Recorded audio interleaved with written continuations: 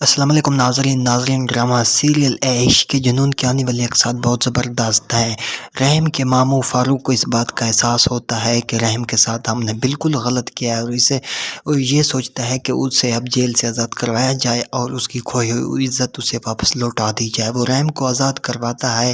اور رحم کو جب پتہ چلتا ہے تو وہ اسے اس بات کا احساس ہوتا ہے کہ ماموں نے تب کچھ نہیں کہا جب اس کی اپنی ماں اس کے ساتھ غلط کر رہی تھی۔ اور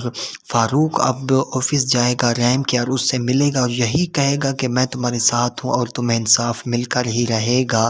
شیروز کو ہم سزا دلوا کر رہیں گے۔ اور میں نے یہ باتیں اور یہ الفاظ صاف صاف اپنی بہن عافیہ سے بھی کہہ دیے ہیں۔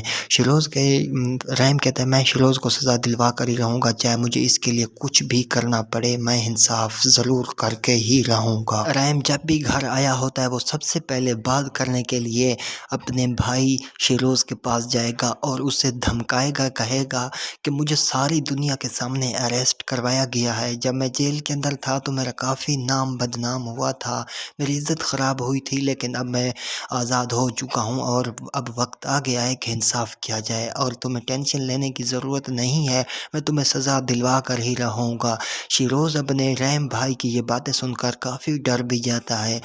عافیہ بھی ساتھ کھڑی ہوتی، رحم کی یہ باتیں ساری سن لیتی ہیں اور وہ بہت پریشان ہوتی ہے، یہ سوچتی ہے کہ رحم چپ بیٹھنے والوں میں سے نہیں ہے، جو کچھ اس کے ساتھ میں نے کیا ہے اور وہ چپ نہیں بیٹھے گا، اب میرا چھوٹا بیٹا شیروز پھنس جائے گا اور وہ پھنسوا دے گا، اسی لیے وہ خاموش نہیں بیٹھے گی، وہ قدم اٹھائے گی کہ ایک بار پھر سے رحم کو پھنسایا جا سکے تاکہ میرا بیٹا بچ جائے، اسی لیے وہ ایمن کو کال کرے گی، ایمن کو فون کرتے اور اسے یہی کہتے تم نے دیکھ لیا رحم بہت ہی چالاک نکلا ہے،